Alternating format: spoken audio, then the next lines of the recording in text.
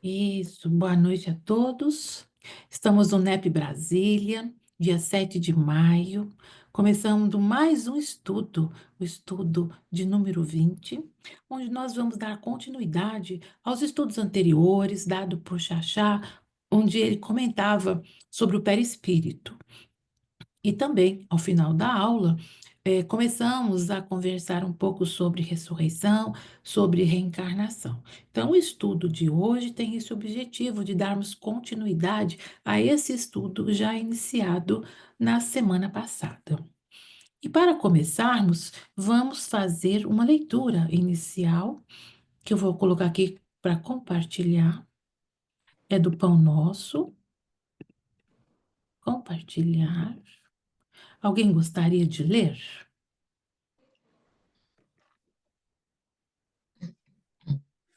Eu posso ler. Isso, pode ler.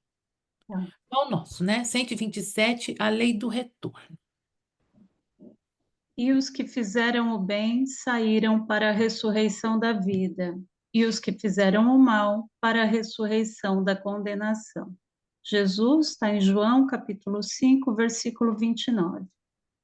Em raras passagens do Evangelho, a lei reencarnacionista permanece tão clara quanto aqui, em que o ensino do Mestre se reporta à ressurreição da condenação. Como entenderiam essas palavras os teólogos interessados na existência de um inferno ardente e imperecível? As criaturas dedicadas ao bem encontrarão a fonte da vida em se banhando nas águas da morte corporal. Suas realizações do porvir seguem na ascensão justa, em correspondência direta com o esforço perseverante que desenvolveram no rumo da espiritualidade santificadora. Todavia, os que se comprazem no mal cancelam as próprias possibilidades de ressurreição na luz. Cumpre-lhes a repetição do curso expiatório. É a volta à lição ou ao remédio. Não lhes surge diferente alternativa. A lei do retorno, pois, está contida amplamente nessa síntese de Jesus. Ressurreição é ressurgimento, e o sentido de renovação não se compadece com a teoria das penas eternas. Nas sentenças sumárias e definitivas, não há recurso salvador. Através da referência do Mestre, contudo, observamos que a providência divina, muito mais rica e magnânima que parece. Haverá ressurreição para todos, apenas com a diferença de que os bons pela-ão em vida nova e os maus em nova condenação. eu não consigo ler essa outra linha. Em nova condenação decorrente da criação reprovável deles mesmos. E assim, nós voltaremos a esse texto, tá? Que consta numa parte mais adiante dos meus slides. E assim, vamos dar início aos estudos de hoje, elevando os nossos pensamentos ao alto, pensando em Jesus, nosso mestre, nosso guia, aquele que nos ilumina, que nos trouxe a boa nova, que nos trouxe essas mensagens tão edificantes. Permita, Senhor, que possamos nesse estudo entender um pouco mais dos seus ensinamentos. Permita, Senhor, que a sua luz nos ilumine agora e sempre, para que possamos ter uma jornada mais agradável, uma jornada abençoada e mais iluminada com a sua luz, Senhor. Que assim seja, graças a Deus. Então, Dona Cleusa entrou, Márcia, João, meu amigo, boa noite. Boa noite a todos. Joia! Eu estava conversando com a turma, não é que é, na aula passada, merece a gente dar continuidade, falando um pouco mais sobre ressurreição, reencarnação. Os termos parece que eles são usados de uma forma que precisa ser um pouco mais esclarecido para que a gente não se perca no sentido e dar um entendimento melhor. Nós não temos aqui condições de esgotar o assunto, porque a quem começou a pesquisar já viu, entendeu? Que o assunto é muito extenso. Mas a gente vai dar assim pontos. E aí cada um começa a depois pesquisar um pouco mais e continuar estudando. Até porque nós estamos estudando os princípios da doutrina espírita à luz do Evangelho. Esses termos de reencarnação, ele vai voltar. Pluralidade das existências, vai ter o estudo. Pluralidade dos mundos, né? Vai voltar também. Então, a gente vai ter oportunidade de complementar esse assunto, tá bem? Denise, querida, boa noite. E aí, Mano, mesmo, João? É com você, João. Então, vamos. Deixa eu compartilhar uma tela aqui. Eu Aí fiz ele só faz um pouco, depois eu tenho alguns. alguns, é bondade Preparei sua. alguns slides também para compartilhar com vocês e levar esse tempo. Alguns é bondade sua. Você fez um estudo completo mesmo, né? Isso. Você fez um estudo completo. Eu fiquei com tanta dúvida, eu falei, eu preciso. São as minhas dúvidas que eu fui atrás. É assim que a gente estuda, Sim, é buscando as nossas dúvidas. Mas e isso, e aquilo. Ai, pronto. Aí também minha irmã me ajudou, sabe, João? que Porque ela bom. colocou assim um monte de dúvida para eu responder a ela. E pronto, aí eu Isso é fui atrás. maravilhoso. Isso é maravilhoso, tá vendo? Maravilhoso. Deixa eu João, só. um monte de pergunta que eu fiz. Ela Ah, doidinha. E aí, olha, eu fui atrás, eu estudei. Aí eu falei, nossa, Ela vamos lá. respondeu todas as minhas dúvidas. E Abri a assim é que é respondeu todas bom. as dúvidas maravilhosamente bem, mas eu fiz pergunta, viu? Eu faço ideia. Deixa eu só fechar as janelas aqui, que eu não estou conseguindo abrir a janela do compartilhamento peraí, deixa eu colocar você como do. co-anfitrião para ver se Isso, facilita. ver se facilita. Eu não estou conseguindo replicar a Co-anfitrião, janela do Drive. Deixa eu ver veja. aqui. Eu acho que agora eu vou conseguir. Calma. Pessoal, a minha irmã é boa porque ela faz pergunta, porque ela está no início da doutrina espírita, então ela tem mais dúvidas, entendeu? Então fica bom, porque ela vai me questionando. E aí o que eu não sei, a gente vai e abre o livro, mas e isso, e isso. Então a gente foi E ela bom. fica um pouco nervosa, porque eu vou fazendo uma pergunta atrás da outra, igual criança. Minhas dúvidas nunca vão terminando, eu vou perguntando. E ela Isso é muito bom. Isso é muito bom. Deixa eu ver se eu consigo. Começando aqui, enquanto ele se coloca, né, que eu já vi o primeiro slide dele, a gente precisa entender que naquela época os judeus, eles já utilizavam, né, João, esse termo, mas às vezes de uma forma não tão clara também, não tão explícita. Ou também, quando você pega a palavrinha ressurreição, né, e traduz, né, Uhum. para nós, né, traduz da origem grega, que é do grego antigo, do grego koiné, para nós, aí a gente vai ver que ela tem uma segunda interpretação que complementa muito o entendimento da palavra, que difere um pouco da palavra ressurreição do nosso dicionário, da nossa língua portuguesa. Pronto, agora abriu, João. Exato, abriu.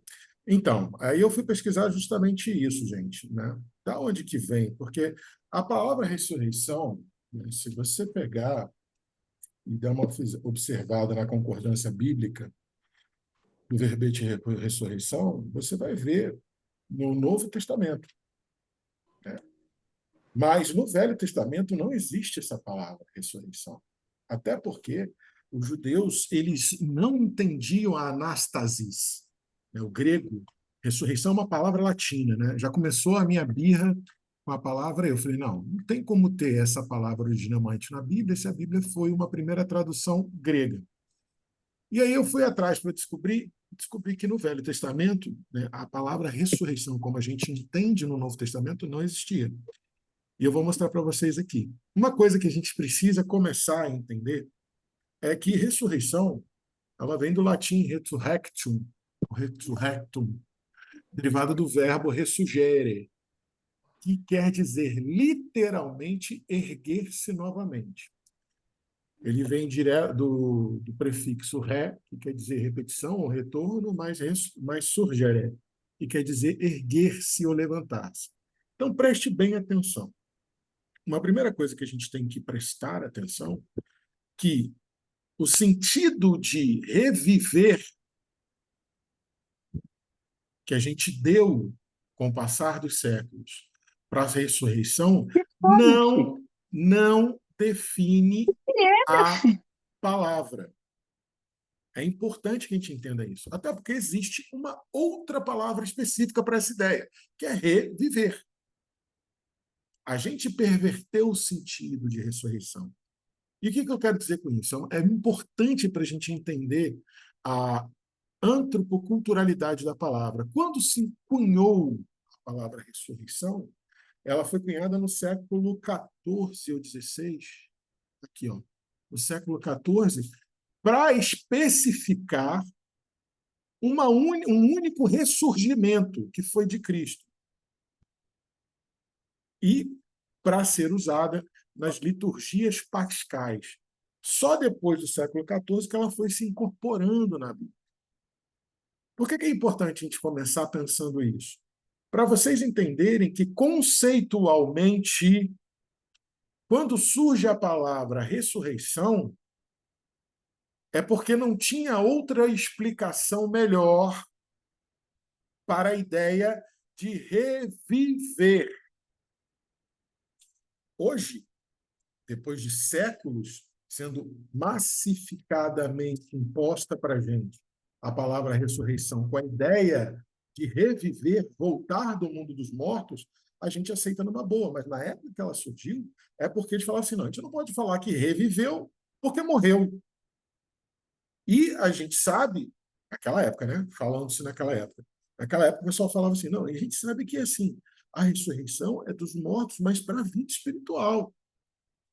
A liturgia paulina, a teologia paulina, liturgia paulina não, perdão, a teologia paulina fala do ressurgimento para a vida espiritual e com a volta de Jesus, o ressurgimento de todos. E mesmo assim, é uma questão dogmática, porque se você abrir para apologética, se você abrir para debate, todas as religiões vão pitacar e vão falar assim, olha, não cabe essa ideia de vocês muito bem, não, tem que dar uma ampliada nisso aí.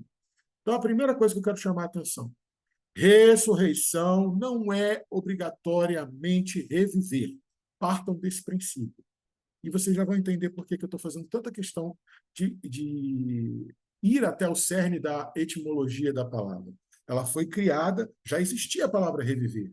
Ela foi criada porque a palavra reviver não dava a ideia exata do que se acreditava naquela época, do conceito da palavra.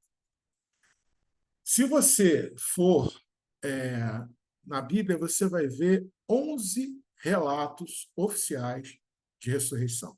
No Velho Testamento tem 1 Reis, filho da viúva de Serepta de Elias, 2 Reis, filho da sunamita de Eliseu, 2 Reis tem um homem que caiu em cima do sepulcro de Eliseu, tocou nos ossos de Eliseu, reviveu também. Caiu morto em cima do sepulcro de Eliseu, aí caiu, tocou os ossos de Eliseu, reviveu. O restante é Novo Testamento, Atos e algumas profecias, né, de ressurreição também. Mas lá, e Jesus proferiu a palavra ressurreição, teria proferido anastasis, ou anastasis, que é a palavra grega, que depois foi latinizada para ressurreição, que também não tem nada a ver com ressurreição. Anastasis literalmente é ficar de pé novamente. Ana, para cima ou novamente. Ástase é de pé. Anástasis quer dizer ficar de pé novamente, ou ficar de pé só, depende do contexto. Mas essa palavra grega aparece no Novo Testamento 1, 2, 3, 4, 5, 6, 7, 8, 9, 10 vezes, teoricamente, proferida por Jesus. Não vou ficar aqui falando de cada uma delas, senão a gente perderia um tempo precioso para o nosso debate. Mas quem quiser, depois eu passo a listagem completa. Ok? Lá em Primeira Reis, a primeira vez que aparece uma história de reviver alguém, foi lá quando Elias revive o filho da viúva de Sarepta. E está lá em Reis 17, 22. Yahvé atendeu a súplica de Elias e a alma do menino voltou. Prestem bem atenção no que está escrito. A alma do menino voltou e ele reviveu. Esse reviveu, no hebraico é kaya, ou chaya, depende do aramaico e chaya, do hebraico kaya. É uma raiz primitiva.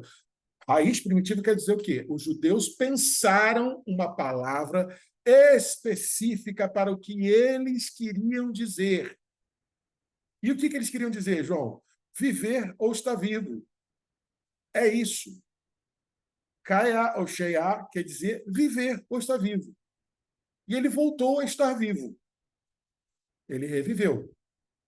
Ela é usada no hebraísmo para contextos, né, metafóricos,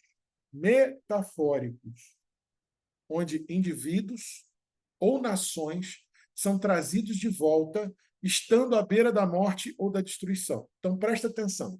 Apesar de que, na ideia hebraística da palavra kaiá, está realmente o conceito de estar vivo ou viver, e lá, quando você vai no hebraico, né, não deixa claro no hebraico que o menino voltou a viver. Então, assim, Elias suplicou a Deus e ele viveu. Ou seja, até abre um precedente para a gente imaginar que há uma possibilidade dos judeus entenderem que, uma vez morto, você só consegue ressurgir no mundo dos mortos. Há uma discussão, Kardec fala que só os saduceus não aceitavam a ideia da ressurreição, a ideia, o conceito, né? Não aceitava essa ideia de ressurgir, reviver no mundo dos mortos, ou vir reviver do mundo dos mortos para cá.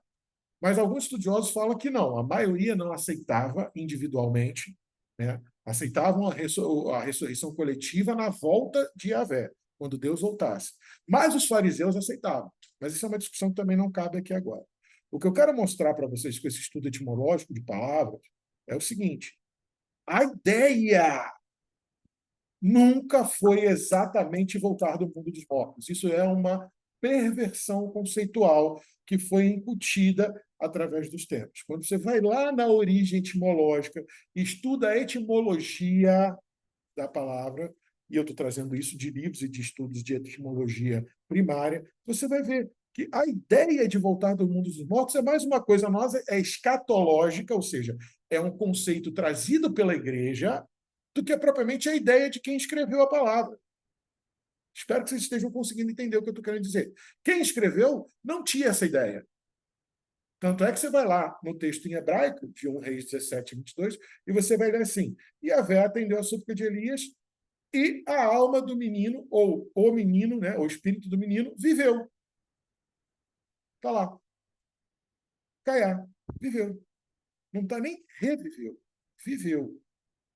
E preste bem atenção, o conceito aonde era usada, o contexto aonde era usada a palavra caiá, tinha sempre que ter a ver ou com uma cidade, uma nação, um império que estava prestes a ser destruído e Deus fez viver, ou alguém que estava prestes a morrer e Deus fez viver. Ok? Não há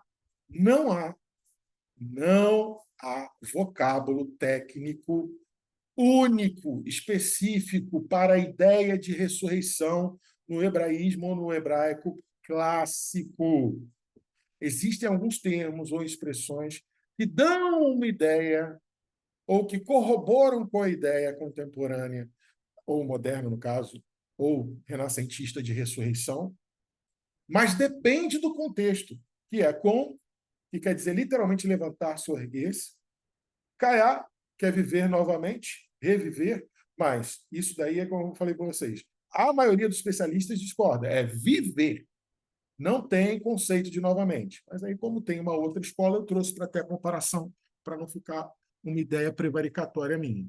pode ser também vista como reviver, mas se você for no hebraísmo antigo, isso aí é hebraísmo clássico, tá? Da literatura clássica hebraica. Se você for no hebraísmo antigo, a maioria dos especialistas vai falar, não tem nada a ver com reviver. É viver. Estava prestes a morrer, e Deus falou, não, vai morrer não. Aqui, ó, vai viver. Ok? E que quer dizer acordar, despertar, como está lá em Salmos ou no profeta Daniel. Não existe. A palavra ressurreição não existe. O conceito ressurreição não existe de maneira evidente no hebraísmo clássico. Ok? Agora, quando você passa para o Novo Testamento, você vai ver lá, como está em João 5:29, onde Jesus fala assim, olha, quando eu voltar vai ter, todos os mortos ouvirão a minha voz e virão. Está lá em 5:28. E no 5:29 ele fala, e sairão seus túmulos. Os que tiverem feito bem, para uma ressurreição da vida. Os que tiverem feito mal, para a ressurreição do julgamento. Essa palavra ressurreição no Novo Testamento todas elas são advindas do grego clássico, grego quiné, perdão, grego clássico não, perdão, grego quiné, o grego informal, o grego vulgar, anástasis, Diana, aná, para cima, novamente, e istemi, que quer dizer de pé, ou seja, literalmente anástasis quer dizer ficar de pé, ou ficar de pé novamente, dependendo do contexto. Essa palavra substantivo grego, anástasis, vem do verbo grego anistemi, que significa literalmente levantar, ficar de pé. Por isso esse conceito. Então, preste bem atenção que a palavra grega, que depois foi latinizada como ressurreição, também não tem nada a ver com voltar do mundo dos mortos. Na literalidade dela, não. Mas o contexto onde ela se aplicava, né, a escatologia que foi sendo aplicada à palavra com o passar dos séculos, transformou ela nisso. A palavra anástasis, propriamente dita, ela aparece em vários contextos do Novo Testamento, como eu mostrei para vocês naquela figurinha anterior. E ela está frequentemente associada à esperança e à promessa de vida após a morte. Preste bem atenção. De novo, acabei de mostrar para vocês que, segundo os especialistas linguistas, principalmente os linguistas mais antigos, né, eles falam, não tem nada a ver com voltar do mundo dos mortos. E isso é uma escatologia tardia, e alguns dizem, inclusive, que é uma perversão textual. Alguns críticos textuais falam que foi má-fé dos copistas, dos tradutores. Não vamos debater isso. Estamos mostrando só os fatos culturais, linguísticos da época. Ela é um princípio central, com o passar do tempo, ela veio trazendo esse princípio central da doutrina cristã, que é enfatizar a vitória nossa sobre a morte e a garantia da vida eterna por meio de Cristo, ou seja, a garantia de que nosso espírito viverá eternamente. Espero ter conseguido mostrar para vocês, tecnicamente, com embasamento científico, que a ideia e o conceito de ressurreição, ela não é obrigatoriamente voltar do mundo dos mortos. Isso é uma perversão escatológica contemporânea, moderna, e não tem nada a ver com a origem da palavra. Nem no grego, anástasis, e nem nas palavras do hebraísmo clássico, o hebraísmo antigo. Ok? Mas, está lá, Kardec, lá no Evangelho segundo o Espiritismo, capítulo 5, versículo, item 4, ele fala, a reencarnação fazia parte dos dogmas dos judeus, sob o nome de ressurreição. Olha como é que Kardec era extremamente sóbrio enquanto pesquisador e cientista. Ele sabia disso que eu acabei de falar para vocês. As palavras têm a ver com ou ressurgir, reviver no mundo dos mortos, ou estar quase morto e Deus trazer você de volta. Agora, uma vez, e para a cultura judaica é muito estranha essa concepção de que uma vez que Deus permitiu você sair, Deus permitiu você passar para o mundo da glória, trazer você de volta. Eram em situações extremas, como Lázaro.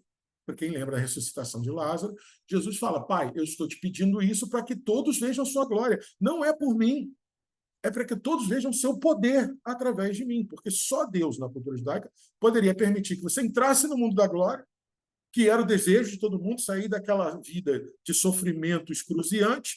Poxa, Deus vai me receber. Eu finalmente vou entrar no seio de Abraão, Jacó e Israel, lá junto do Pai. Você entrou, aí Deus te chama de volta. Para ele, não era negócio. Essa ideia é muito estranha. E Kardec ainda complementa, só os saduceus não acreditavam muito nessa história. Lá na pergunta 1010 do Livro dos Espíritos, Kardec pergunta, o dogma da ressurreição da carne será a consagração da reencarnação ensinada pelos espíritos? E aí São Luís vem e responde a 1010 e a 1010A. Eu acho que o Xaxá provavelmente deve ter comentado isso com vocês no outro estudo. Mas eu gostei de trazer, e posso estar trazendo novamente, mas peço que vocês releiam comigo, a resposta de São Luís. Como que você queria que fosse diferente disso? Conforme sucede a tantas outras coisas dogmáticas, essas palavras só parecem despropositadas no entender de algumas pessoas, porque as tomam ao pé da letra, e São Luís foi muito tranquilo, foi muito amigável, porque, na maioria das vezes, você traduz ou perverte, igual eu acabei de mostrar para vocês, que há até mesmo uma chance da palavra ressurreição ter sido incrustada tardiamente nos textos bíblicos, propositalmente para sustentar uma ideia dogmática. É para sustentar um dogma. E na 1010A, Kardec ainda pergunta, então, pelo dogma da ressurreição da carne, a própria igreja ensina a doutrina da reencarnação, é isso? São Luís fala, é evidente. E aí ele ainda completa um raciocínio lindíssimo, leiam comigo. Ademais, essa doutrina decorre de muitas coisas que têm passado desapercebidas. Trouxe para vocês aqui algumas. Poucas pessoas se atentam para esses detalhes dos estudos linguísticos, da historicidade da palavra, e que dentro em pouco se compreenderão neste sentido. Hoje em dia, a crítica textual é totalmente isso que eu acabei de mostrar para vocês. Os caras indo lá e falam assim, mas peraí, quem foi que botou a palavra ressurreição aqui? Porque a ressurreição é latim. Então, não é a palavra original. Vamos buscar lá a palavra original, vamos ver em que sentido ela está, vamos pesquisar os textos gregos da época, as poesias, as peças teatrais, vamos ver em que sentido, em que contexto, como é que eles pensavam isso. Hoje em dia a gente vê isso. Na época de Kardec não se tinha essa preocupação sequer dentro do alto clero. Por quê? Não mexe nisso. A gente demorou muito tempo para convencer todo mundo de que essa palavra era melhor. Então não vou mexer, não. Mas São Luís fala, dentro em pouco se compreenderão neste sentido.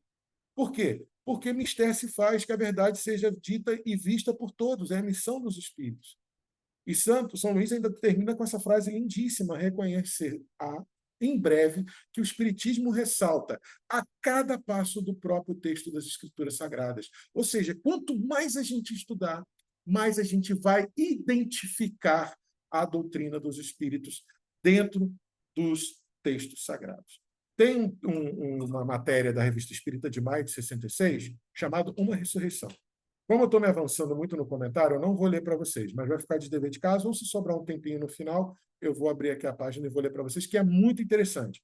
Basicamente, uma menina perde a tia, que era como se fosse uma mãe, e ela tem um contato, como se fosse uma ressurreição da tia, a tia morre, né? E ela tem como se fosse um contato da ressurreição da tia para a tia dar um recado para ela, que era de suma importância, que se ela não observasse o silêncio, o segredo desse recado que ela passou, uma catástrofe iria acontecer na família. E aí um espírito chamado Enegel, se não me engano, um espírito pouco conhecido, explica logo depois o que aconteceu.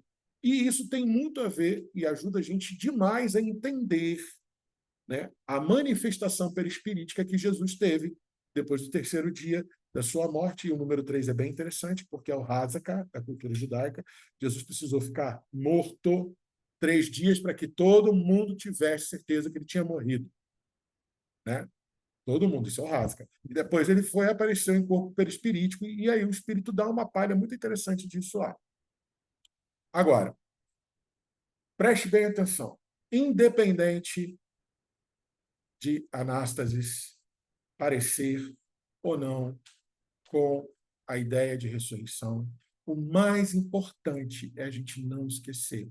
Anástasis está sempre ligado com a promessa da imortalidade da alma. E isso já é o primeiro passo para a gente introduzir a doutrina da reencarnação. Certo? Esse é o recado que eu queria dar. Me perdoe por ter me estendido. E fica a cargo de vocês agora. Você fez um resumo do resumo maravilhoso. Que bom, obrigado. Vamos Graças a às Deus por dúvidas, isso. pessoal. O que vocês estão achando? Que vocês procuraram em casa? Alguém gostaria de falar alguma coisa? Posso contribuir? Lógico, Armando. Grande Armando. Interessante, né? A gente vê tudo isso que foi dito, a gente vê na fala do Cristo, quando ele diz assim: Eu sou a ressurreição e a vida. A ressurreição e a vida, como bem disse o nosso companheiro, está ligado à parte do ser espiritual, do princípio inteligente, né, da imortalidade. Quem crê em mim, mesmo se morrer, a morte está vinculada ao elemento material. Viverá, ele está falando do espírito imortal. Quem viverá sempre? Porque Deus criou uma lei dizendo não matar. Ou ele não vai ser o primeiro a eliminar a alma imortal. E o que sobrevive, o que está na vida, o que está no ressurgir é o ser e a imortalidade. E a gente presencia isso faticamente na lei natural. A lagarta, como princípio inteligente, ela, na linha do tempo, formando o seu próprio casulo, ela ressurge como uma borboleta. É a prova material da essência que não morre nunca, né? E quando a gente fala em reencarnação, nós vamos estar sempre vinculados à morte, à desagregação e ao elemento material, né? Então, nesse aspecto, que eu acho muito bacana a gente entender que o elemento material são os combustíveis energéticos que permitem o nosso foguete, que é a nossa individualidade, subir em direção ao reino espiritual e abandonarmos periodicamente as cápsulas que cumprirem as suas funções. Só isso. E muito bem Esse- lembrado, né, Armando? Alguns confrades, até alguns colegas cientistas, pesquisadores, não admitem, por exemplo, a lei trazida por Lavoisier, que ele aplicou na térmica, no cosmos nada se perde, nada se cria, tudo se transforma. Até alguns colegas pesquisadores falam assim, não, mas isso só é aplicável à térmica. Eu falei, então você não está aplicando a ideia devido à interpretação de texto, porque Lavoisier foi claro na sua frase. No cosmos, ou seja, na criação de Deus como um todo, nada se perde, nada se cria. Tudo se transforma. Se tudo se transforma, a essência da consciência se transforma. Cada átomo do meu corpo que compõe esse veículo reencarnatório agora se transforma. A lagarta, a borboleta, o verme, e por aí vai. Tudo se transforma. Então, essa ideia de finitude, ela só demonstra a precariedade do nosso pensamento. Não é uma questão dogmática de fé. Não é uma questão dogmática de fé. A ideia sustentada da finitude de qualquer coisa que seja é um erro científico, um erro intelectivo. Então, muito bem lembrado, Armando. Gostei. Gratidão. Adorei o seu comentário. Posso falar um pouco, ler um pouco aqui, João? Pode sim, dona Elba. Elba. É da obra O Espiritismo de A a Z. Ressurreição. A ressurreição dá a ideia de voltar à vida. O corpo, João falou muito bem de tudo, que já está morto, o que a ciência demonstra ser materialmente impossível, sobretudo quando os elementos desse corpo já se acham desde muito tempo dispersos e absorvidos racionalmente, pois não se pode admitir a ressurreição da carne, senão como uma figura simbólica do fenômeno da reencarnação. Segundo os textos, a ressurreição, tomada no sentido espiritual, é o renascimento na vida de além-túmulo, a espiritualização da forma humana para os que dela são dignos, e não a operação química que reconstituísse elementos materiais. É a Perfeito. purificação da alma e do seu perispírito. Quer dizer, ressurreição é dogma dos judeus antigos e de algumas correntes cristãs, pela qual, no final dos tempos, os despojos de todos os corpos humanos já dispersos e reduzidos a pó seriam novamente reunidos para a reconstituição daqueles corpos e novamente unidos substancialmente as respectivas almas, o que até hoje a gente sabe de algumas crenças, né, que até hoje estão nessa linha aí. Tem fé nisso aí que eu tenho colegas que disseram. Bom, a ressurreição para a vida é o renascimento, a reencarnação, mediante os quais o espírito reinicia a marcha ascensional pela via do progresso. A ressurreição para a condenação é o renascimento, a reencarnação, pelos quais o espírito repete suas provas nos mundos de expiação. Quer dizer, ele vai recomeçar uma obra mal feita, né? Então, tem mais dizer nessas palavras, ressuscitar e ressurreição, Jesus sempre as empregou figuradamente, no sentido oculto aos homens e em acepções diversas, conforme aos lugares, aos casos, às circunstâncias, conforme se tratava de uma morte aparente ou de dar um ensino. Nunca, porém, as empregou no sentido que os homens as atribuíam, de acordo com o estado de suas inteligências, com as suas impressões, tradições e preconceitos da volta do espírito a um cadáver, a uma podridão, depois de ocorrida a morte real. Por fim, a ressurreição é a volta definitiva do espírito à sua pátria eterna. Verifica-se quando ele chega a tal grau de elevação que não mais se vê obrigado a habitar mundos onde a reencarnação se opera segundo as leis de reprodução, como ainda se dá na Terra. Aquele que haja transposto essa fase de encarnações materiais não mais pode morrer. Ok? Nossa, Perfeito. excelente, Perfeito. excelente. E desculpa, Denise, pode falar, perdão. Uhum. Não, pode completar. É, Exatamente uma o conceito. leve. Uhum. Pode ir. Pode ir. Tá um delay entre o meu e o seu, pode ir você, pode ir você. Não, pode ir tranquilo. Vai, eu complemento. É, a questão assim, que você levantou muito interessante, que antes da gente ficar debatendo, né, antes da gente ficar debatendo, não, para a gente conseguir debater, né, conceito de ressurreição, antes você tem que entender como que cada época a morte era vista, conceituada, entendida e definida. Né? Naquela época, qualquer pessoa que ficasse sem se mexer 3 dias estava morta. Por isso que Uhum. Lázaro foi dado como morto. Era uma Uhum. das regras. Denise sabe, até melhor do que eu, que a gente na medicina, para poder definir morte, a gente tem uma sucessão de critérios, testes infindos para ter certeza da morte.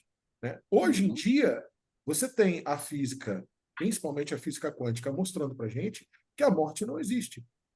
Como assim não existe, João? Existe um fenômeno de reorganização da matéria e das ondas, porque a física quântica mexe com o conceito de dualidade da matéria que foi trazido desde Newton para a gente. Então, a partícula e a onda se reorganizam. Então, os físicos hoje em dia, os físicos teóricos, eles falam assim, gente, pode parar de pensar no fenômeno morte, a não ser que seja a extinção da vida biológica organizada, ok. Mas a morte, enquanto instituto de finitude do indivíduo, não existe, porque vai ser reorganizado. Né? Mas cada era teve a sua definição, o seu conceito, a sua percepção de morte. Houve um tempo, não muito longe daqui, a gente está falando do século XVII, início do século XVIII, que em muitos cemitérios você tinha um sininho na lápide ligado ao caixão, porque era relativamente comum as pessoas despertarem de catalepsias dentro do seu caixão e ter que chamar socorro. Lógico, acontecia? Acontecia. Era comum? Não, mas muito mais comum que é hoje, que não tem sininho para tocar. Talvez se tivesse sininho, hoje seria até mais comum. Mas a gente está falando de uma época não muito distante em que a morte podia ser diagnosticada de forma errônea, né, Denise? Com certeza. Hoje a gente tem conceitos, critérios bem estabelecidos, até por lei, para detectar, né, a morte de uma pessoa. Mas o importante que, assim, Elba nos trouxe esse conceito interessante da ressurreição, que a gente fala espiritual, que é para a vida, certo? Então, nós vamos ressuscitar para o plano espiritual. Chegando lá, o que vai acontecer? nós vamos nos reconhecer diante das nossas dificuldades, diante dos nossos erros, das coisas que cometemos, né, e que vamos precisar fazer aquele movimento inverso de reencarnar. Então, a gente reencarna na Terra para que possamos aprender, fazer nosso crescimento moral, fazer os nossos ajustes, né, aprender o que nós fizemos errado, as, as leis espirituais. E aí então, a gente ressuscita. Então, esse Eu termo gosto de dessas possibilidades. ressurreição nesse sentido é uma ressuscitação espiritual, para o plano espiritual, sabe? Isso ficou claro na fala, né, de Elba, né, nesses conceitos em que o Espiritismo já nos traz e já nos explica. Algumas ressuscitações, como o João falou, citadas no Novo Testamento, como Lázaro, a gente vai saber que a ressuscitação verdadeira, no nosso conceito, né, médico aqui, né, da nossa linguagem, que é o corpo que morreu. E ele, então, se ele já sofreu um processo de desagregação, de decomposição, não tem como o perispírito voltar e acoplar e você viver. Não tem como. O que aconteceu com Lázaro?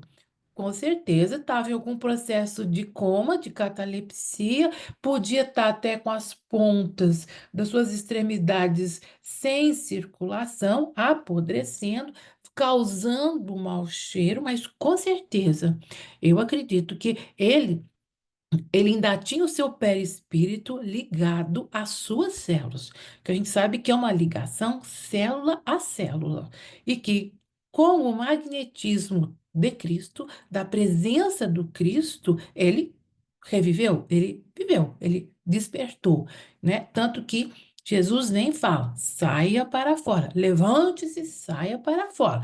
Então, é o levantar, é o ressurgir e saia para fora. Saia da escuridão da vida e venha para fora. Aí tem todos os outros ensinamentos. Aquela outra mocinha, a fila do Jairo, né?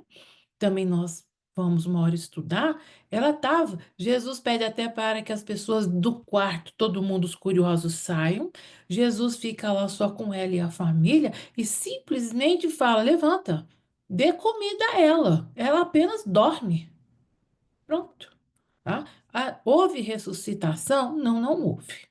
Sabe? Então, a gente então entende isso. Então, a ressuscitação, assim, a gente eu vi alguns textos, tanto em Joana como o de Haroldo, também trazendo esse entendimento da ressurreição para o plano espiritual.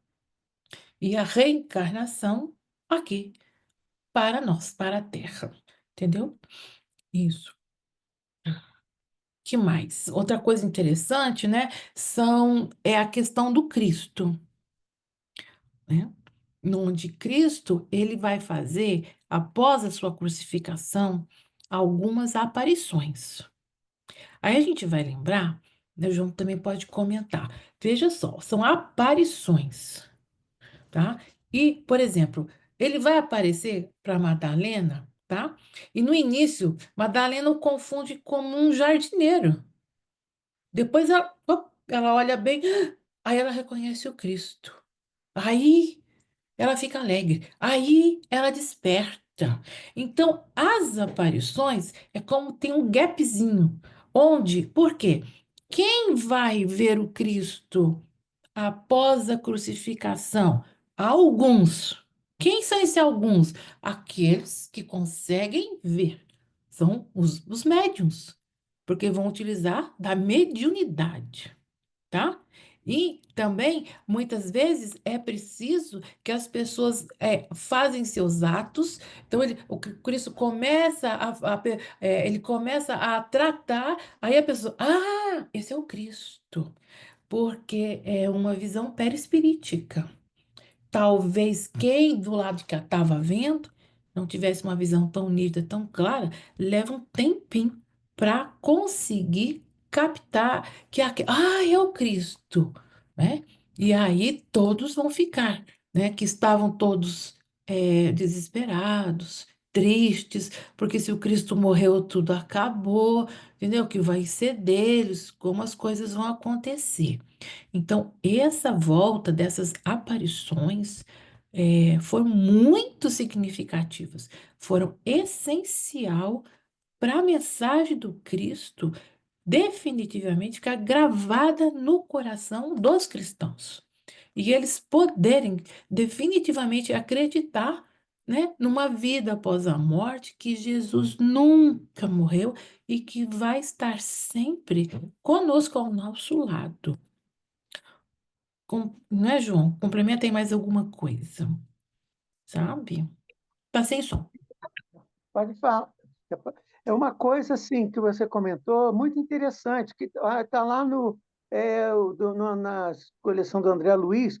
Só Uhum. quando eles quebram o romboidal é que realmente aí não tem mais volta. Enquanto ficar aquele cristalzinho ali, a espiritualidade não romper aquilo, a gente ainda tem chance de continuar, né, a existência. Só isso. Muito bem Isso. lembrado. Isso. E a história do Cristo não podia terminar na cruz.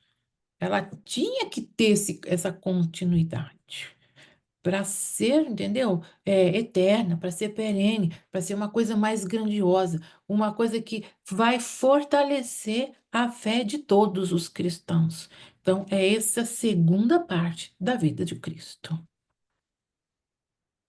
Vamos dar uma pincelada rapidinho na Revista Espírita de maio de 66, do texto de uma ressurreição. Eu acho bem legal para ilustrar o que a gente está falando aqui. Podemos? Deixa eu compartilhar a tela com vocês, então. Então, ó, deixa eu tirar isso daqui da minha reta para não me atrapalhar tanto. Ó, Revista Espírita de maio de 66, eu não vou fazer a leitura completa, depois vocês vão chegar em casa, ou depois que você chegar em casa, depois que a reunião terminar, vocês vão lá no Uhum. site do IPA, que vão dar uma lida no artigo todo. Mas eu tiquei aqui as partes que é importante. Isso conta a história, né, de uma jovem que tinha uma velha tia que lhe servia de mãe, a qual devotava uma ternura filial. A tia adoeceu e morreu, e afastaram a jovem, mas ela plantou-se à porta da câmara mortuária, chorando e orando. Chorando e orando, plantada na porta da câmara mortuária. Então, preste atenção já na atitude que ela estava tendo. De repente, julgou ouvir um grito fraco e como um gemido, não, e como um gemido surdo. Abriu a porta precipitadamente e viu a tia que havia afastado o pano com que tinham acoberto e que lhe fazia sinal para que se aproximasse. Então, lhe disse com voz sumida e fazendo um esforço supremo. Voz sumida e fazendo um esforço supremo. Savéria provavelmente é o nome da sobrinha. Há pouco eu estava morta, sim, morta. Eu vi o Senhor. Ele me permitiu voltar um instante a esta terra para te dar um último adeus e te fazer uma última recomendação. Então, lhe renovou um conselho muito importante que se lhe havia dado alguns dias antes, do qual dependia o seu futuro, o futuro da sobrinha. Tratava-se de guardar um segredo absoluto sobre um fato cuja divulgação deveria arrastar uma dessas terríveis vinganças tão comuns nesse país. Lembra que na época de Kardec era muito comum o duelo pela honra?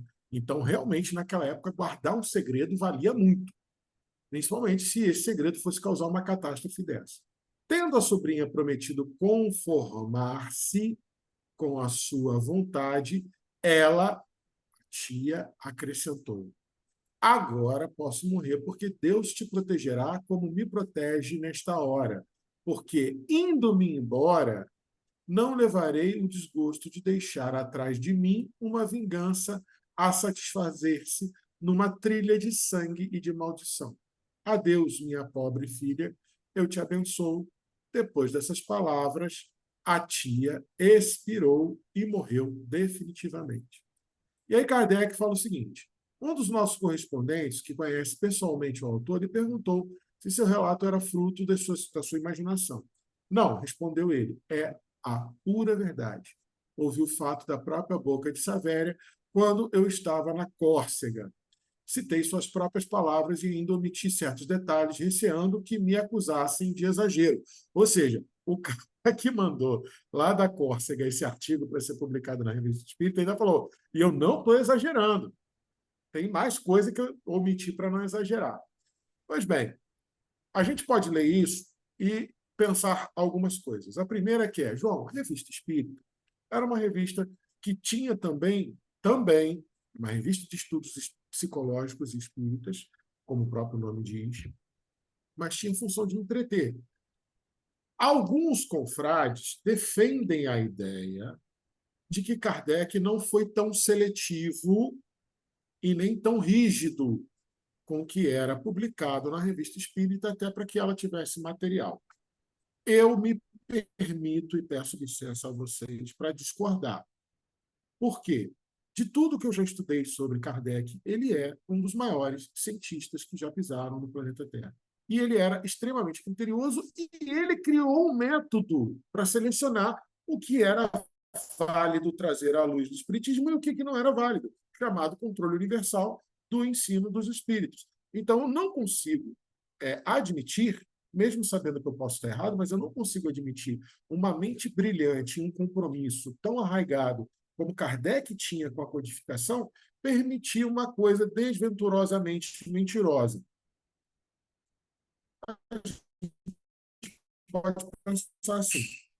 Então, Kardec, que, como eu falei, repito, foi satisfeito, foi lá na Sociedade Espírita de Paris, no dia 2 de março de 66, e recebeu essa mensagem do médium Sr. Morin, que foi um dos médiuns que trouxe as mensagens mais lindas e mais moralmente elevadas, um dos maiores médiuns, se é que se pode quantificar assim, da sociedade parisiense, trouxe uma mensagem do espírito chamado Ebelman. Eu não achei nada sobre esse espírito, mas está lá, o médium Sr. Morin era um médium extremamente respeitado por Kardec. E o espírito traz o seguinte: no caso que constitui motivo da vossa discussão, há um fato positivo, o da morta que falou a sua sobrinha. Resta saber se esse fato é de domínio material, ou seja, se há uma ressurreição, né, se houve uma volta momentânea à vida corporal, ou se é da ordem espiritual. É esta última hipótese, a hipótese de ter sido da ordem espiritual, que é a verdadeira, porque a velha senhora estava realmente bem morta. Eis o que se passou. Esse espírito Elberman vai explicar o que aconteceu. Nada que a gente não soubesse. Mas é interessante você ver o espírito reiterando aquilo que a gente já imaginou que poderia ser, que a gente já sabe sobre a doutrina dos espíritos. Ele diz que, ajoelhada à porta da câmara mortuária, a jovem sobrinha sofreu um impulso irresistível que levou para junto do leito da sua tia, que, como eu disse, estava bem morta.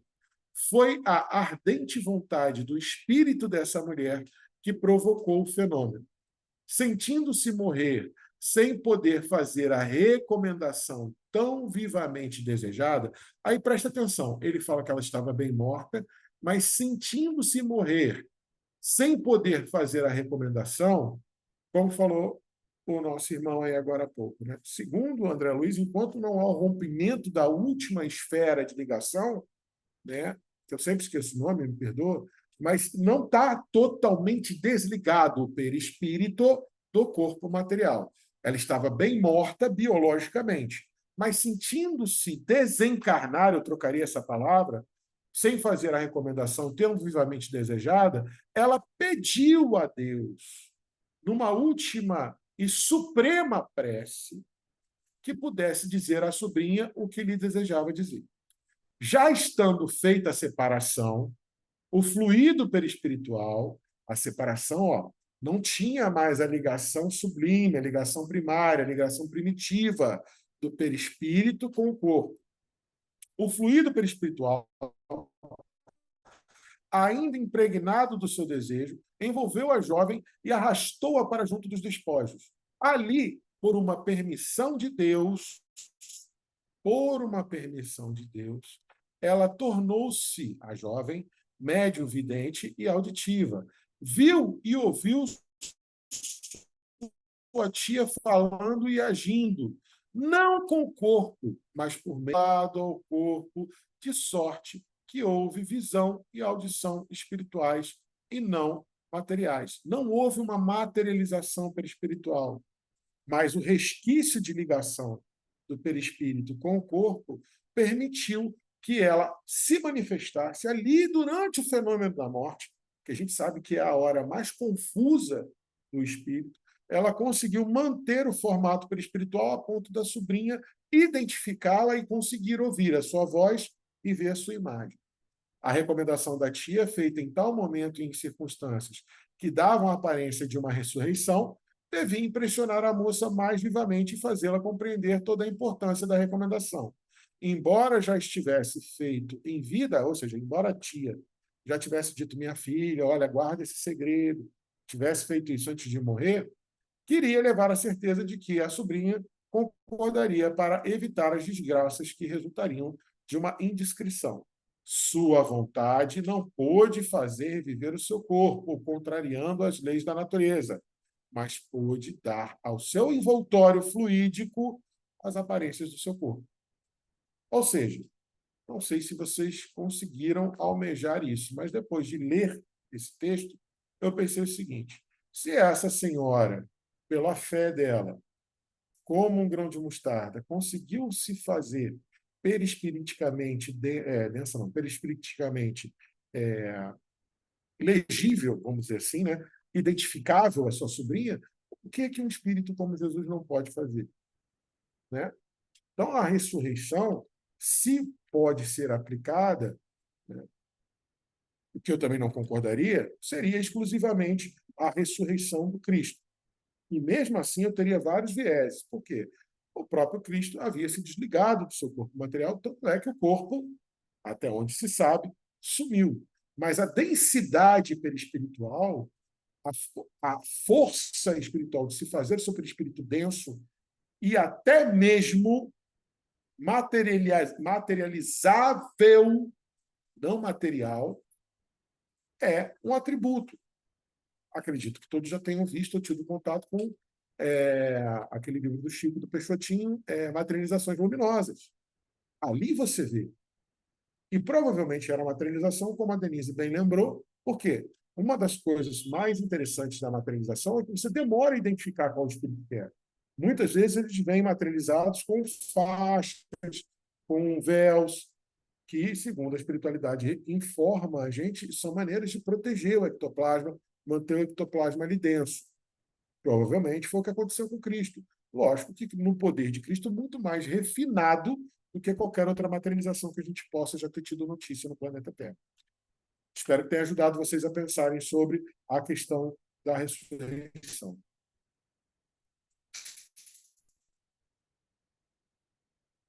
Microfone. Eu lembrei agora também, lembra que de Tomé?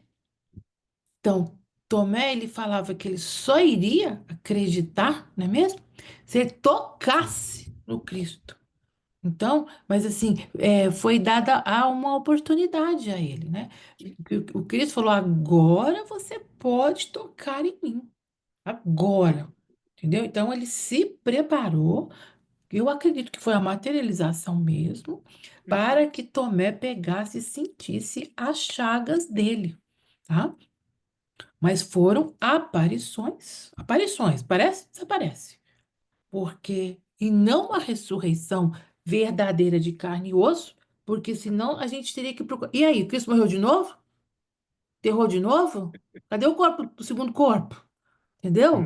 Justifica, entendeu? É isso. É uma outra forma de a gente entender todo esse processo que aconteceu após a crucificação do Cristo, tá? Que tem esses conceitos que a gente trouxe para vocês. Vamos às mais dúvidas, pessoal. Só um comentáriozinho com relação a isso que você falou, ô Denise. O Diga. seguinte, aí o Cristo ainda complementa: feliz aquele que acredita em mim, mas quando ele fala em mim, ele fala no verbo divino, na mensagem de Deus, porque ele é só um Isso. mensageiro, sem precisar que eu provasse. Ou seja, ele ainda Sim. estava preso ao elemento material e não entendeu o conteúdo da mensagem. Só isso. Tomé, exatamente.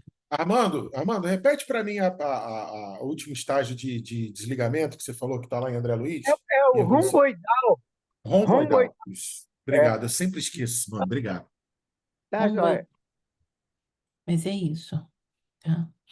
Uhum. E esses fenômenos, né, de materialização aconteceram muitos, né, na época de Kardec e um pouco depois. Acho que foi também uma forma de sedimentar melhor, né, esses ensinamentos, essa questão do espírito, da vida após a morte, fazer acreditar que muitas vezes apareciam só um braço, né, só uma mão escrevendo, né, só um rosto, sabe, para sedimentar, porque esses fenômenos a gente sabe que tendem a não mais acontecerem, até porque utiliza muito, né, das energias de ectoplasma daqueles que pertencem, né, à reunião mediúnica, no caso.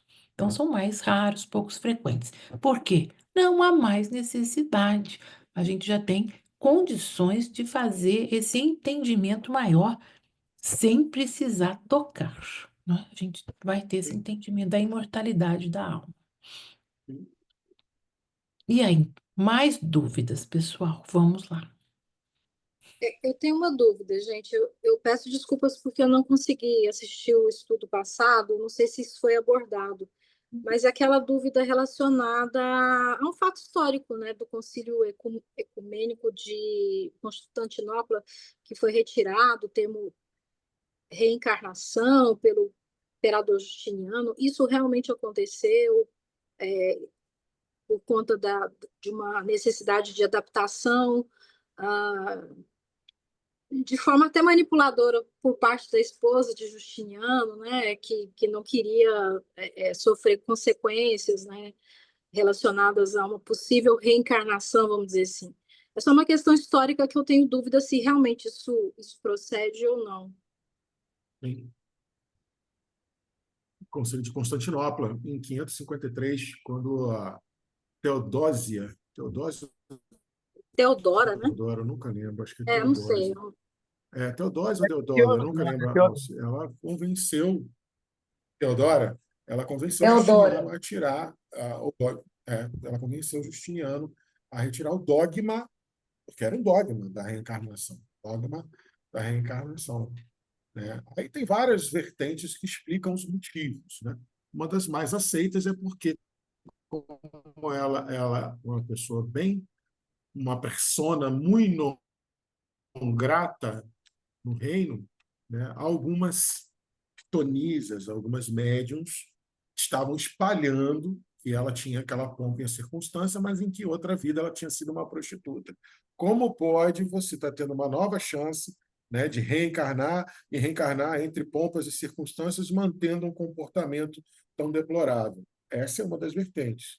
Eu já ouvi outras vertentes explicando os motivos, né? Uma outra vertente que também faz muito sentido é a questão de você tirar da plebe o conceito de que você pode tentar de novo. Numa época que a igreja tinha acabado de se fixar a sua hegemonia, a sua soberania sobre os últimos dos paganistas. Ela ali estava começando a ser hegemônica e soberana. E a doutrina da reencarnação é uma doutrina pagã. Conforme nós entendemos hoje, ela se aproxima muito mais da teologia dos povos pagãos do que propriamente da teologia dos hebreus. Como nós espíritas entendemos, é muito mais próximo da teologia originária dos povos pagãos. Então, uma outra vertente diz o seguinte: como que você vai deixar uma doutrina que diz que você pode tentar de novo? Sendo que a igreja queria ter essa soberania. Então aí alguém ia falar da igreja: não, mas você não pode cacete, que eu não posso. Eu posso sim. E se eu achar, e se amanhã depois eu lá no Eon, lá no Céu Azul, lá no Hades, lá eu descobri que está errado, eu volto em outra vida e conserto. E aí, como é que ia ficar a igreja católica extremamente dogmática e muito controladora nisso tudo? É uma outra vertente que me parece até historicamente mais viável. Mas tem outras. Liliane, separar para estudar são pelo menos as 4, 5 vertentes que explicam isso. Mas é consenso, sim, de que foi retirado no Concílio de Constantinopla, 533, 535, se não me engano, Justiniano, por influência da sua esposa. Agora, por que por influência da sua esposa? Porque Justiniano tinha que agradar gregos e troianos. Disse, olha, eu precisei tirar por uma questão de manutenção do status familiar real, né? E não podia tomar. Igual a abolição da escravatura, teve que ter Dom Pedro II saindo para a Europa para a princesa Isabel assinar, né? Para que Dom Pedro não tivesse o desgosto direto dos empresários, dos industriais que estavam nascendo no Brasil naquela época. Foi uma manobra mais ou menos assim. Isso se aceita, mas o porquê disso que ainda paira sobre a dúvida. Tudo bem. Obrigada, Isso que você Silvia. falou, João, é muito interessante para a gente ver que nós precisamos sair da caixinha e do quadrado. Por exemplo, quando o Fibonacci, depois, o cientista, né, mostrou em vários exemplos que a lei natural e tem nela impressa a espiral, que a lei divina é uma espiral, porque a inteligência não admite repetição, nós não podemos nos repetir, porque nós somos cópia, nesse caso, né? E nós temos que, cada qual, subir a sua própria espiral, que tem um ponto de início, mas não tem ponto final. Ela é imortal, e a gente vai subindo. E o símbolo da mola é para a gente suportar as pressões, os impactos, os desafios e os impulsos que vão nos elevar para as esferas superiores. Só isso. Sim. Com João, certeza. Oi, tem uma pergunta no chat. tem uma pergunta no chat? Tem. Fala para mim. Cadê? Silvio fez uma Oi, pergunta a você. deixa eu ver aqui. Antes disso, tem Beth aqui, ó. Beth falando, hoje poderíamos dizer Deixa que eu ver. houve uma breve experiência de quase morte. Aqui é a experiência de quase morte nesse relato. Deixa eu ver a hora que ela botou, 20h57. Bom, se Ah, era do tá. relato da Revista Experiência de quase Espírita, morte. Tá. não. Não, porque ela realmente voltou, deu o recado e morreu. Pouco provável que tenha sido EQM. Mas, no caso, por exemplo, de Lázaro, pode ter sido uma EQM. No caso do filho da viúva de Naim, pode ter sido um EQM. Aqui. Vou ter que sair. Entendi. Achei. Silvio Toledo. Gostaria que o João Marcos falasse um pouco sobre os. Nossa, sobre a gênese, Silvio. Nossa, eu tenho horror desse tema, mas vamos tentar falar. Tem um escritor chamado Asakov. Depois, se você quiser, eu posso botar lá no grupo a obra dele, que ele fala especificamente dos agêneres. É um livro bem interessante. Basicamente, tá, Silvio? Basicamente, o agênere é uma materialização. Entendeu?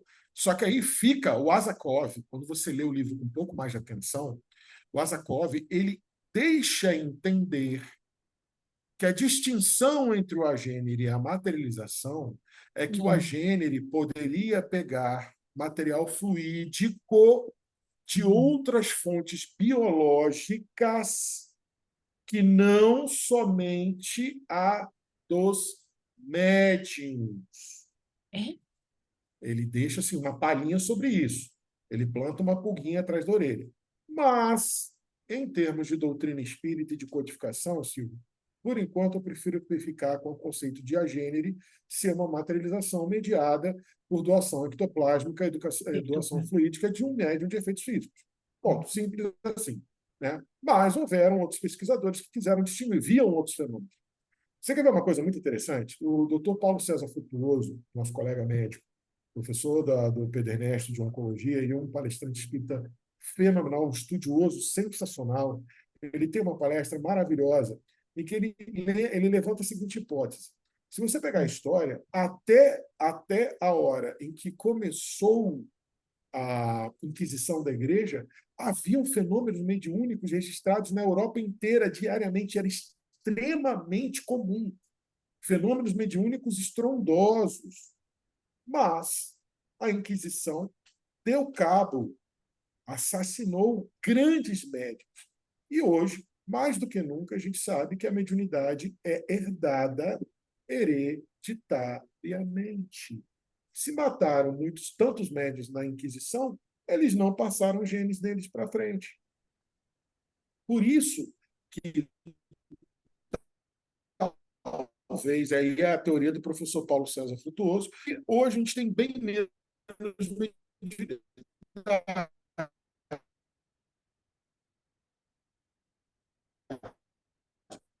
cortando.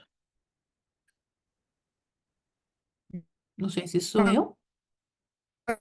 Quem Não, acho que é o Marcos mesmo. viu, quem João, presenciou, teve vamos voltar interesse um de pouquinho, pesquisar, porque né, cortou.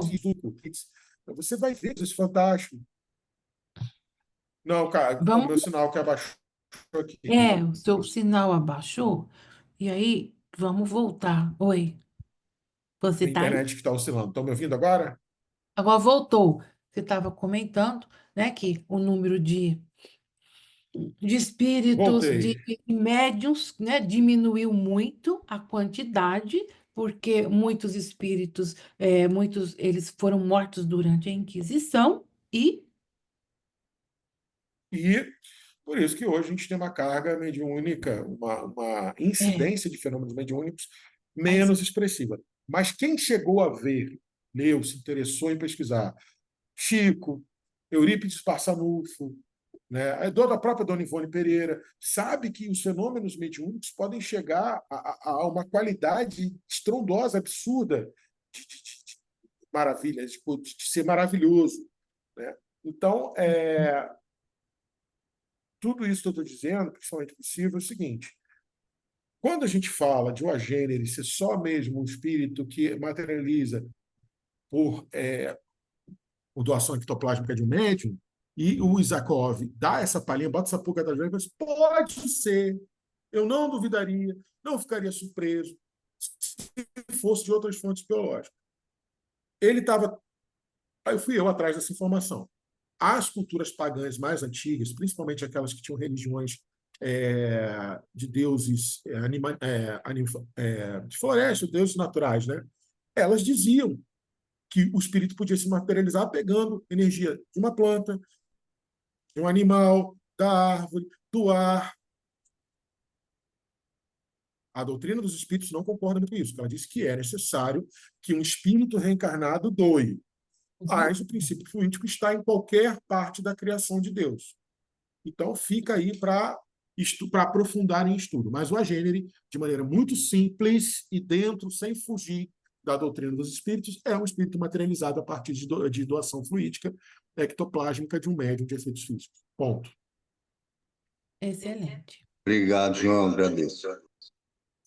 excelente. Que mais? Ainda temos mais um pouco, mais um tempinho. Deixa eu ver, até dar uma olhada aqui, que também é citado, depois eu vou deixar com vocês a palestra de Arthur Valadares, que fala sobre ressurreição nessa mesma linha de pensamento que nós estamos colocando aqui, tá certo? E aí ele vai citar, Muito boa, por sinal. ele cita Coríntios, né? Então, tem a visão de Paulo também, né? Que também traz dessa mesma forma. é, a ressurreição e a reencarnação, não é mesmo? Tem um detalhe de crítica textual, Denise, que a gente tem que atentar quando usa a teologia paulina para falar de ressurreição. Paulo era um Hum, cidadão trino, né? Ele era judeu, romano e grego. Ele uhum, era estoico, ele tinha uma educação grega, tinha uma vivência romana e tinha uma espiritualidade judaica. E aí, muitos críticos textuais extremamente respeitáveis, inclusive alguns até comentaristas bíblicos muito respeitáveis, criticam a tentativa suposta, tá, gente? Suposta, interpretativa, de Paulo tentar unir esses três universos para explicar a ressurreição, e aí bagunçou mais do que explicou. Alguns críticos falam isso. Eu, João Marcos, eu, e assumo meia-culpa, assumo a responsabilidade, concordo com algumas coisas que eles falam. Lendo Paulo falar de ressurreição, tem hora que eu me sinto meio confuso. Falo assim, não, peraí, Paulo, não foi bem isso que eu entendi que Jesus tinha falado, não. Então, leia a teologia paulina, que é essencial, né? A teologia uhum. paulina é imprescindível, mas leiam um pouco mais de crítica. E tentem pesquisar as razões de crítica textual, as razões ideológicas que envolveram os comentários de Paulo. Agora, ele fala bastante de ressurreição, sim. Fala assim. É Agora, isso, pessoal, diga, irmã. naquela época, isso que você falou, só existiam três universidades no planeta: Roma, Grécia e lá em Jerusalém. E o Paulo foi professor nas três, né? Por isso que ele era Sim, imbatível, né? Nas sim, argumentações, nos debates e tal. Só isso. sim, sim, sim. Paulo só foi suplantado, e mesmo assim não foi por argumentação direta nem retórica. Foi por total desleixo e negligência no Areópago, em Atenas. Porque as pessoas não se deram nem ao trabalho. Isso, para a época, era uma humilhação sem tamanho, Arnaldo. Ele ir até o Areópago como um cidadão greco-romano e um ex-sinedrim, né? Mesmo que as pessoas não soubessem disso, mas com cabedal argumentativo e a iminência, a projeção que Paulo já tinha no meio filosófico da época, chegar no Areópago e as pessoas simplesmente nem quererem argumentar com você, foi uma derrota muito grande. Tanto é que Paulo Estevão, Emmanuel, ele frisa isso, né? Que ele sai de Atenas e vai para Corinto completamente destruído. Emmanuel usa esse termo. Ele sai completamente destruído a ponto de precisar que Timóteo viesse ao encontro dele para ajudar ele a chegar a Corinto, de tão destruído que ele ficou, porque foi uma humilhação muito grande. E aí, concordo com você, um cara que tem esse cabedal trino ideológico, filosófico, que passa por uma humilhação dessa, que para a época era uma humilhação semelhante à crucificação. Semelhante à crucificação, de tão humilhante que era. Chega em Corinto e faz o que ele fez a partir de Corinto, aí eu te dou toda a razão. Esse cara é imbatível. Esse cara é imbatível. E talvez tenha sido essa grande virada de chave. Emmanuel, inclusive, dá a entender isso, que foi essa grande virada de chave que entregou definitivamente para nós Paulo, né? Foi isso que trouxe para a gente o Paulo, o comentarista, o teólogo, o homem transformador que foi Paulo. Foi justamente essa saída do Areópago para Corinto. Excelente. Incrível, né, pessoal?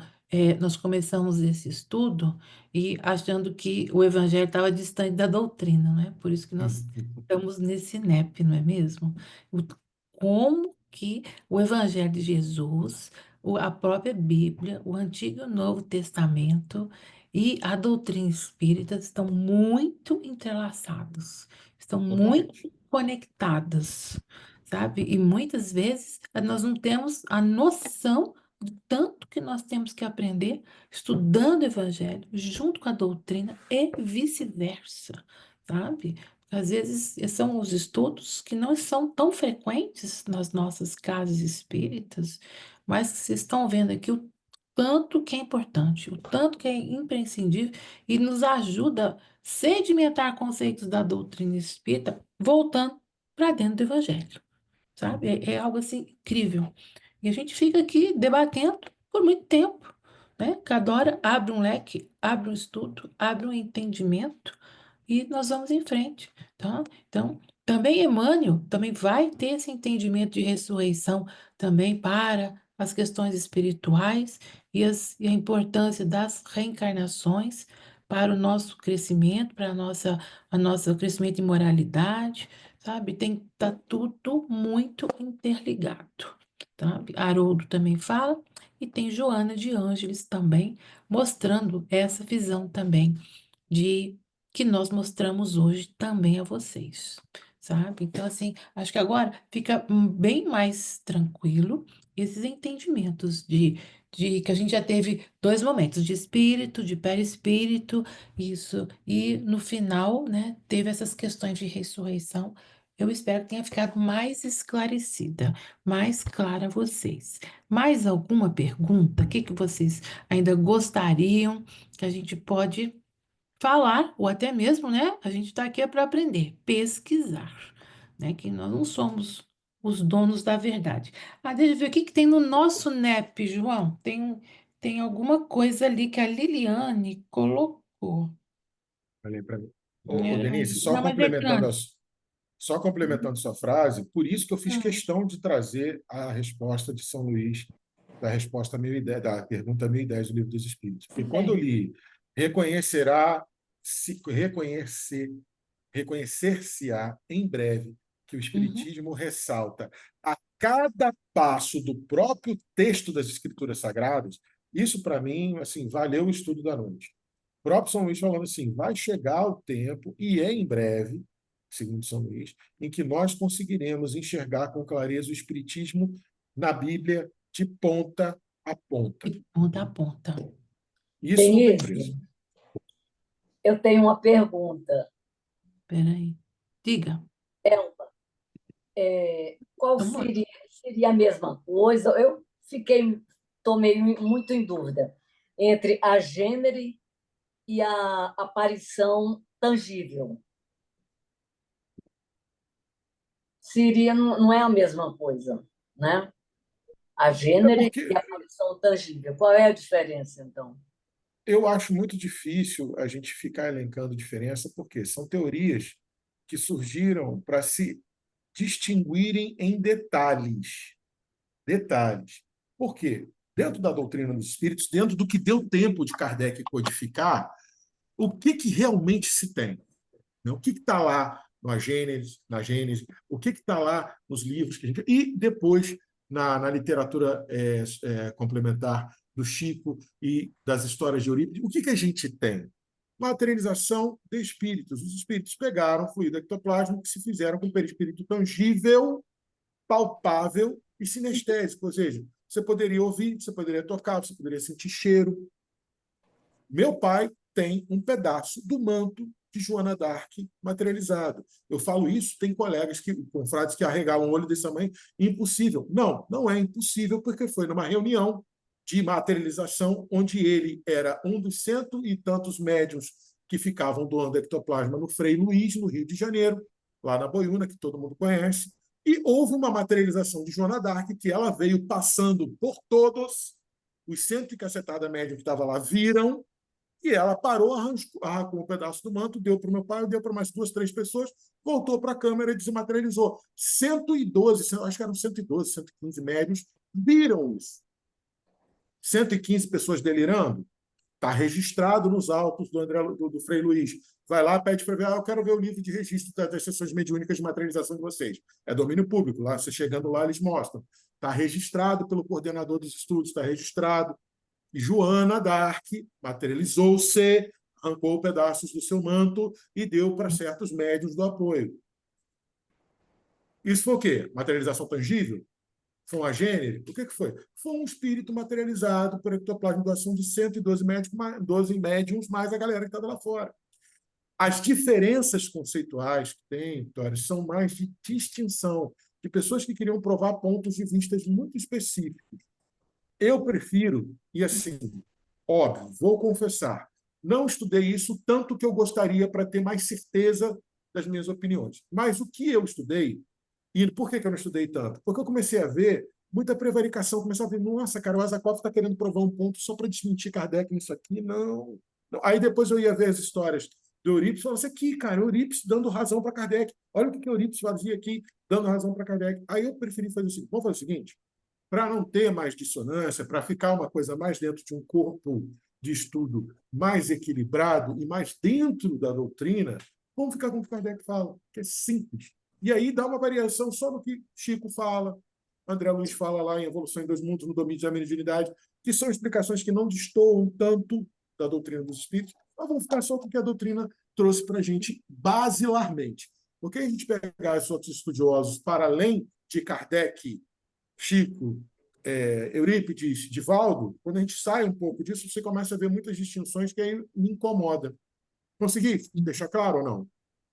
Porque, no final das contas, é tudo espírito materializado. Tudo espírito. Você chega lá, o perispírito materializou, e dependendo, eu não sei se vocês já viram, tem uma foto do Peixotinho, uma foto do Materialização Luminosa, que o Chico está abraçado com o espírito materializado. Não sei se vocês repararam, vai lá e vai olhar. O Chico está com a mãozinha por trás do espírito assim, ó. Abraçadinho assim, ó. Não está assim no ombrão, não. Está assim, ó. Então é tangível, é palpável, né? Todos os médios lá, eu lembro, eu convivia com esse corpo mediúnico lá da Boiúna, lá do Frei Luís, quando eu era criança. Mas eu lembro deles falando, vocês sentiram o cheiro de rosas, né? Na presença de fulano, de ciclano, vocês sentiram que a temperatura mudou? Haviam reações sinestésicas, sensoperceptivas. As materializações tinham cheiro, tinham cor, tinham temperatura. tinham luminosidade. Então, é realmente isso. Você doa ectoplasma, o perispírito vem e se transforma, só que se transforma na nossa dimensão com algumas características a mais de um perispírito que não está obscurecido e limitado pelo veículo carnal. Essa é a grande diferença. Bom, com o passar do tempo, a gente vai entender isso melhor. Tem vários grupos no Brasil já estudando isso. Tem um pessoal lá do Rio Grande do Sul que estuda essa parte mediúnica das materializações, que é sensacional. Brevemente, como São Luís falou aí, no Livro dos Espíritos, brevemente a gente vai começar a ter mais novidade tangível, palpável, concreta, cientificamente sustentável sobre isso. Certo? É porque ainda existe algum outro grupo mediúnico em que tem as sessões de materialização. São poucas, Tem né? vários. E são fechadas, a gente não tem acesso, é uma coisa bem reservada, mas elas ainda existem, Mas sim. do tamanho do Frei Luiz eu nunca vi, não, tá, Denise? Eu realmente nunca vi, Do, né? do Mas tamanho a do gente Frei só ouve Luiz. esses relatos que eu fico encantada com esses relatos, né? De um acontecimento assim, que realmente você tocar no espírito é uma coisa incrível, porque a gente é muito Sim, terreno, né? Nós somos sim. muito cinco sentidos, né? A gente esquece, né? Da espiritualidade. Então a gente tem isso. Mas foi muito bom o nosso estudo de hoje. Mais algum comentário? Essa questão, não, só queria comentar uma coisa assim Sim. curiosa, porque essa questão do odor de rosas do Chico, né? O médico dele, que era o doutor Eurípides Tahan, médico de Uberaba, ele era médico da minha avó também, então a gente conversava bastante assim. E ele relatava isso, que era manipular o Chico, examinar o Chico, ele sempre sentia esse odor muito, não era nada relacionado a perfume terrestre, segundo ele, né? Tipo, não é, podia ter sido uma colônia, um desodorante, alguma coisa, mas não Não. era, não era Não explicável. é. Uhum. Era um odor de rosas, mas que Uhum. era um cheiro que não era terreno, segundo ele, né? Essa questão de sentir o perfume, sabe? Até hoje isso é mais tranquilo. Os médiuns relatam, dependendo da entidade que às vezes vem nos trazer uma comunicação, vem com cheiro de flores, de rosas, entendeu? De lavanda, de violeta, não é? Isso tem. Esse é mais tranquilo. As pessoas sentem o perfume mesmo. Bons e às vezes perfumes ruins também, dependendo da entidade que se aproxima para fazer é, a, a fala, né? A doutrinação ali a gente percebe, sabe? A questão do cheiro é mais fácil, mas a materialização eu acho assim, Deixa eu contar uma historinha rápida. né? Posso Tranquilo. contar? É Tá? muito minha, tá, gente? Essa aí que é muito minha. Estava eu, 16, 17 anos, no trabalho mediúnico lá da obra social que a gente participava, e se participava lá com muitos médios incorporados com os nossos irmãozinhos da Umbanda, né? Assim. Se trabalhava muito que no Rio de Janeiro é muito comum esse trabalho conjunto. Uhum. E muito interessante, inclusive, diga-se de passagem. Cheguei eu direto para vestibular, morrendo de fome. Sentei lá, né? Preparei e tal, vesti lá a roupinha que a gente fazia para entrar nos trabalhos mediúnicos. Já entrei, os trabalhos mediúnicos já tinham começado. Entrei na sala escura, estou lá fazendo irradiação, estou lá ajudando e tal. E uma fome, gente, mas eu estava com uma fome. Mas pensa, um ser humano, e eu sou gordinho e grande, né? Denise já viu, eu sou gordão grande aqui, aquela fome estava me perturbando. De repente, eu comecei a sentir um cheiro fortíssimo de uma sopa de ervas que eu não saberia nem explicar para vocês. E aí, meus irmãos estavam lá junto comigo, né? Ficava meu irmão Daniel. Ele, ui, Tá cortando. e estou eu lá sentindo aquele cheiro. Não, eu estou assim, não sei. E eu sentindo aquele cheiro. Estão ouvindo agora? Que a internet aqui está oscilando. Sentindo Agora aquele melhorou. cheiro, Isso, sentindo aquele voltou. cheiro, sentindo aquele cheiro. Quando eu percebi, gente, eu não estava mais com fome. Aí veio uma preta velha do meu lado e falou assim: parou a fome, Mizinfi? Eu olhei para cá. Aí ela brincou comigo assim: sua fome estava atrapalhando a gente, Mizinfi. Uau! Você sabe que tem isso mesmo, quando a gente trabalha dessa linha de pretos velhos, os médios sentem, né, o cheiro do Sim, cigarro, né, sim. Da erva, de tudo. É impressionante. da É erva, sim, que impressionante. vem benzer e tal, sim, e sente o cheiro. Mas essa E da matou sua a fome. matou sua fome. Matou a Pronto. fome. Então, existe realmente a sopa, Tem, descrita tem, por André Luiz, que tem. mata a fome, quando a gente chega lá em cima no hospital e nos é servido a sopa regeneradora, lembra? É. Foi. Muito Sou louca para bacana. experimentar essa sopa. Mas o cheiro, ele é algo materializado também. Posso considerar que ele, não sei, uma pergunta. Sim, Algo sim, sim, materializado? sim. Sim, sim. Eu senti o cheiro. Só eu tava sentindo aquele cheiro, né? Então, o nível, assim, porque materializado, gente, só para terminar, É, a gente pode continuar essa discussão em outro dia. é algo que A vai questão do sensibilizar. materializado é muito relativa. Materializado é o quê para você? É algo que vai sensibilizar as suas papilas, entendeu? Não, eles Olfatórias. podem fazer, manipular reação química no meu sentido olfativo, e só eu, Uhum. né? Então, Assim. assim, já aconteceu de eu estar em oração e sentir Uhum, botar a mão no meu braço, sentir pegar o meu braço, e olhar, sentindo para alguém pegar no meu braço, olhar e não ter nada. Então, o que que uhum, é a materialização? Né? A materialização é manipulação química, porque a matéria é onda química. Então, eles podem ter manipulado só a nível químico, molecular, nas minhas uhum, narinas, e só eu senti, tanto é que só eu que estava sentindo. Né? Então, assim, pode sim, pode impregnar detalhes, só o ouvido, só a uhum, sensação, o arrepio que a gente sente, o cheiro das uhum, rosas, os uhum. toques. Isso aí, O mais interessante é que a gente não precisa na materialização. E tudo acontece. é verdade. Tudo acontece. Por isso que provavelmente os fenômenos eles estão diminuindo de materialização. Porque não há Também. mais necessidade. É a sua fé, a sua crença e a sua capacidade de percepção vai sedimentar isso. Sabe? Ó, Excelente. quando começaram a oferecer sopa, e quem tiver oportunidade, assiste um filme chamado Uma Simples Formalidade. Estavam servindo leitinho. Aconteceu alguma coisa. Mas a sopa Vou ver, sim. existe, gente. A sopa existe. Existe. Muito bom. Isso. Mais algum comentário? Estamos chegando no nosso horário. Nosso estudo foi ótimo, foi muito gostoso. As pessoas participaram, Muito legal, muito legal. esclarecendo as dúvidas. É, Betinha, querida, você eu, apareceu? eu, eu costumo dizer, eu costumo dizer que eu vou querer dessa sopa, só que eu vou imaginar que é de camarão, que eu amo camarão. Eu sempre digo isso, eu vou imaginar que é gosto de camarão. Que André Luiz não gostava, não. O André Luiz não gostava da repetição da sopa, para ele era sem graça. Oh, meu Deus, a gente sabe disso. Alguns espíritos que desencarnam ainda no vício, né? Então, eles recebem, né? Para ver uma harmonização, o equilíbrio físico da pessoa, né?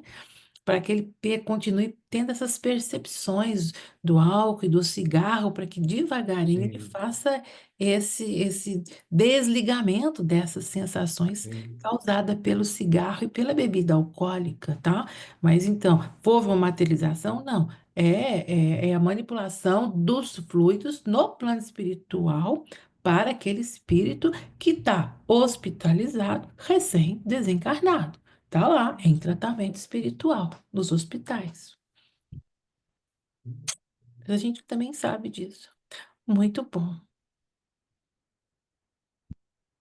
Sopinha de camarão, vai pedindo que Deus vai te ouvir as suas preces.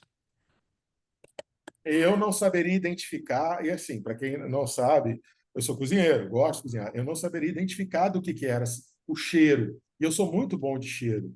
Eu sei identificar muitos ingredientes pelo cheiro. Eu não saberia, tinha um cheiro herbal, parecia ervas, né, Uhum. folhas, mas você fala assim, o quê? Era alecrim, alfazema, arruda? Não sei, não sei, não sei Isso. identificar. talvez seja mais ou menos o mesmo gosto lá da sopa de André Luiz. Se bem que, pelo que o André Luiz relata lá, era ruim igual remédio, porque era remédio, né? Uhum.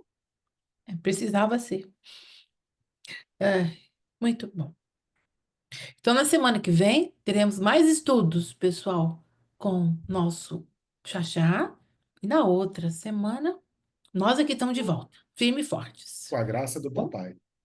eu agradeço a presença de todos, a participação de todos, o carinho, né, a paciência de estarmos todos aqui estudando e tentando aprender. Cada semana um pouquinho mais, tá? Então, vamos encerrando os nossos estudos da noite. Alguém gostaria de fazer a nossa oração final?